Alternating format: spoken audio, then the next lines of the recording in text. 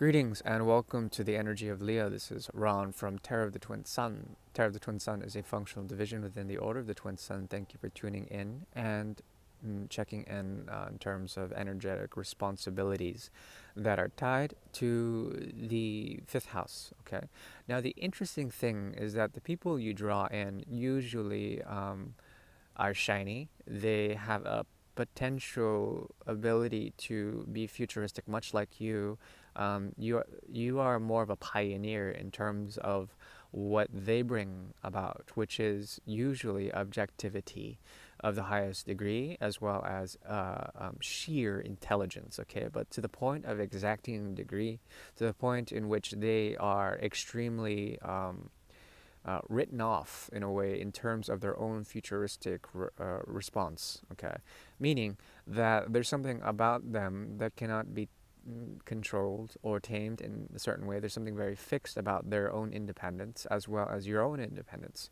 And because of such, there is an extreme dynamism here that has to do with attraction, but then also immediate and uncalled for repelling. Okay, it's a very interesting dynamic, and I'm wishing you well in terms of bringing forward these creatures that may be monstrous in some way, but also extremely respectable in terms of their own intellectual acceleration of existence. The lesson here that the finger of God points to in terms of what you can attain from this type of connection. Okay, usually points to hardened realities that are karmic in nature, structures that need to be revolutionized in order so that they are completely dissolved. Okay, there's a revolutionary aspect about this that has to do with pointing to that which you can label in terms of a social nomenclature. Okay. Uh, and essentially disintegrating these, okay, dissolving these into pure abstraction, okay, and this is the futuristic bliss that can come through these types of connections. It provides freedom as well as freedom to express passions and intelligences that are futuristic in nature, that are humanitarian as well, that are also unconditional, okay, and perhaps this is something that you are seeking. 1, 2, 3, 4, 5. This is the Great Mirror, and the Great Mirror is a tool devised by the Order of the Twin Sun in order to see particularities on a conscious, subconscious, unconscious level. Okay, you are dealing with someone here that is in a form of solitude for the time being. They are looking for a natural place that has to do with restfulness, rest of the mind. It's a type of sadhana or meditation for them to go into contemplation, but also into the deep. This has to do with the elevation, okay, of Aquarian ideals that stem from the release of another, okay, and this allows for them to heal, to become whole in some sort of way, but it also requires a great deal of solitude. They are looking to you as if you come from a place in the past, okay?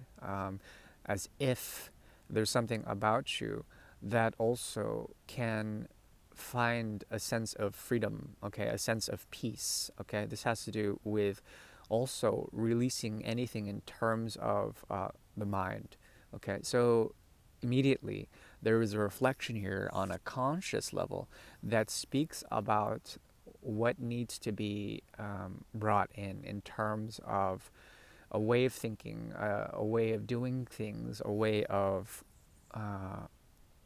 inspiration. Okay, but usually um, it requires a great deal of solitude in order to get to this place. Okay, and not only that, um, this has to do with a type of connection that is waking. Okay, meaning that it wakes the other person up. Okay, like a cup of fresh coffee, the smell of fresh coffee, or like the resonant notes of music if you wake up to music, or an alarm. And there is this sort of it's a type of dreamy waking quality. Okay, meaning that this person has come into your mind, you have come into theirs after a restful state, after a place of peace. Okay, so it's not necessarily deeply negative. It could be that there's something about this type of connection that speaks of a wake-up call, okay? Remembering, if you will. Let's see here. Okay. Now, when it comes to this type of connection, there is a challenge, okay? A challenge that speaks about this waking quality. What it does to them, it activates something in terms of what you inspire in them, okay? And through this inspiration, there is a sense of newness. They don't know what it is, but there's an opening, especially within the heart, okay, that stems from the solar plexus into the heart, okay. So it empowers them in some sort of way. They don't know how to put it into words. Um, in this respect, you represent a type of pioneer into guiding this person on a very deep and profound level into an awakening, okay? And this helps balance them out. It also helps balance you out into reaching one of two states: a state of peacefulness in one, and a state of departure in another. And perhaps they are both the same thing, okay? And in this, there's something that is activated in you through the seventh house that allows you to understand through the other how you may have to watch your words or your thoughts in this type of connection. This is a union that is defined in a wordless land, in a thoughtless land, and in a place that that doesn't require, once again, the nomenclature of social labeling in terms of if this is a friend, if this is a foe, in terms of if this is a lover or if this is a hater. There's something about it that doesn't matter, and because of such, this is a very significant connection in that it inspires both of you to reach into new forms of faith. It brings in that sense of faith. Now, regardless of what is going on in terms of reality, if this is a distant connection, if this is a light connection or a dark connection, there's something about it that brings about an effect, okay? And it awakens in you a sense of wholeness as well as a sense of where you've been and where you can constantly return to without being distracted by desires, okay? So there is a sense of homeliness to it, a sense of emotional intelligence to it that perhaps you want to bring about so that there is an effective quality in all of it. At the same time, something that you don't want to sacrifice or perhaps that you need to sacrifice is the sense of judgment or discernment in this, okay? There's something about some sort of revival that needs to be revisited in terms of the bridge that both of you have averted in some sort of way. There's a lot of trepidation in this, but the light of creation, the light of knowing and understanding, the light of enlightenment is potentially here, and there's something about this that can be a wake-up call, okay, for both of you. As you are looking for wholesome, they are looking for something else. They're looking for a way to critically understand what has gone on in the past in order to understand some sense of missing truth. There's something about them that needs to understand something of the realm of pain that comes through the production of thoughts, the production of words that may have cut both of you as well as you them.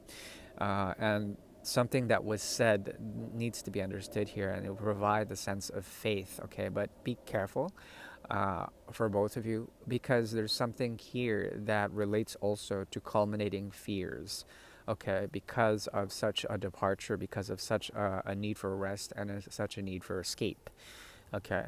What I'm seeing here is a deep and subtle intensity that can be nurtured through meditative ways of equilibrium, okay, emotionally intelligent and responsible ways of finding equilibrium. There will be a way to understand a very natural projective softness, okay, that is very deep and intense and can come very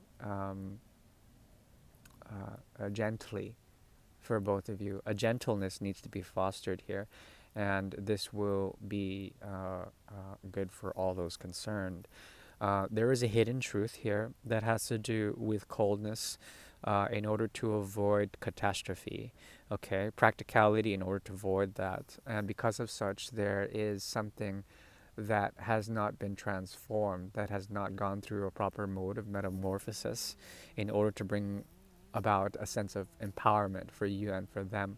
Meaning that there's something that needs to be transformed in terms of deeper and more subtle energies that have to do with excuse me, not the high priestess, but the empress's energy. Okay, this person can resemble someone who receives much in order to gain status or to gain a sense of what they can attain. Okay, and because of such, maybe there has been something said or averted. But there needs to be some sort of, ultimately, some sort of Shiva process in which transformation comes from the ashes, okay? Sort of thing that needs to occur here. So that is what I see for the energy of Leo. I do wish you well. Thank you. Bye bye.